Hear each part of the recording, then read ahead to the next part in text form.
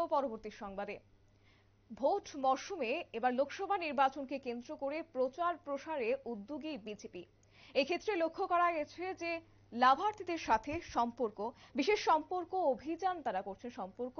যোগাযোগ মাধ্যম বা যোগাযোগ ক্ষেত্র যাতে স্থাপন করা যায়, সেই স্থাপনের বিশেষ সম্পর্ক অভিযান চালাচ্ছে বিজেপির উদ্যোগে এই অভিযান করা হচ্ছে। এবং এই অভিযানের অঙ্গ হিসেবে আজও যে চিত্র লক্ষ্য করা গেছে, তেলিয়ামুড়া বিধানসভা কেন্দ্রের অন্তর্গত 44 নম্বর বুথ এলাকাতে স্থানীয় বিধায়িকা তথা মুখ্য সচেতক কল্যাণী সাহা রায়ের উপস্থিতিতে এক সারা জাগানো জনসংযোগ কর্মসূচি সংঘটিত হয়েছে।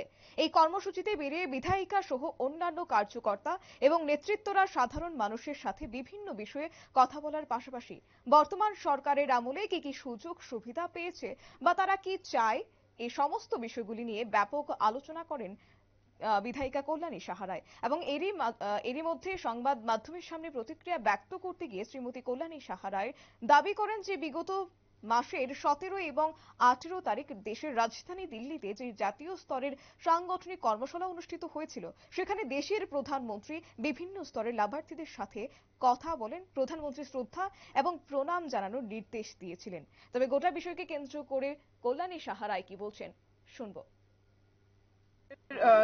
গত 17-18 ফেব্রুয়ারি দিল্লিতে আমাদের সাংগঠনিক বৈঠক ছিল। সেখানে মোদিজিও অংশগ্রহণ করেছিলেন সেই সভায়।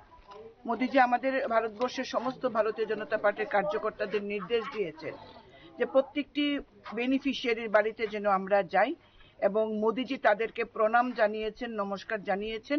এই বার্তাটা যেন আমরা প্রত্যেকটি বেনিফিশিয়ারির বাড়িতে পৌঁছে দিই। তাই আজকে আমরা সাংগঠনিক নিয়ম অনুযায়ী আমরা দায়িত্ব পেয়ে আমরা প্রত্যেকটি বুথে আমরা জনসম্পর্ক করছি, লাভার্থীর সঙ্গে সম্পর্ক করছি।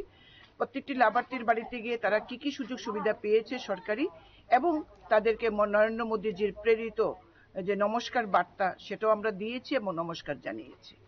আমরা মানুষ কিরকম আছেন এই সরকারের সময়ে, ভারত সরকার এবং রাজ্য সরকারের সময়ে মানুষ কেমন আছেন তার খোঁজ খবর আমরা নিচ্ছি।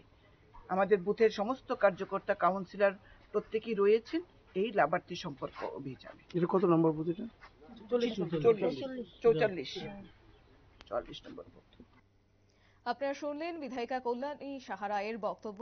এক্ষেত্রে প্রধানমন্ত্রীর যে সভা অনুষ্ঠিত হয়েছিল দিল্লিতে গত ফেব্রুয়ারি মাসের 17 এবং 18 তারিখ, এক্ষেত্রে প্রধানমন্ত্রীর যে নির্দেশ, শ্রদ্ধা এবং প্রণাম, সেই বার্তাকে ছড়িয়ে দেওয়ার জন্য লাভার্থীদের সাথে সম্পর্ক অভিযান কার্যত করা হচ্ছে। এবং এক্ষেত্রে পূর্ব নির্ধারিত সিদ্ধান্ত অনুযায়ী আজকের এই জনসংযোগ কর্মসূচিকে ঘিরে ব্যাপক ইতিবাচক প্রতিক্রিয়া পরিলক্ষিত হয়েছে। নিয়ে নিচ্ছে ছোট একটি বিজ্ঞাপন বিরতির সঙ্গে থাকুন।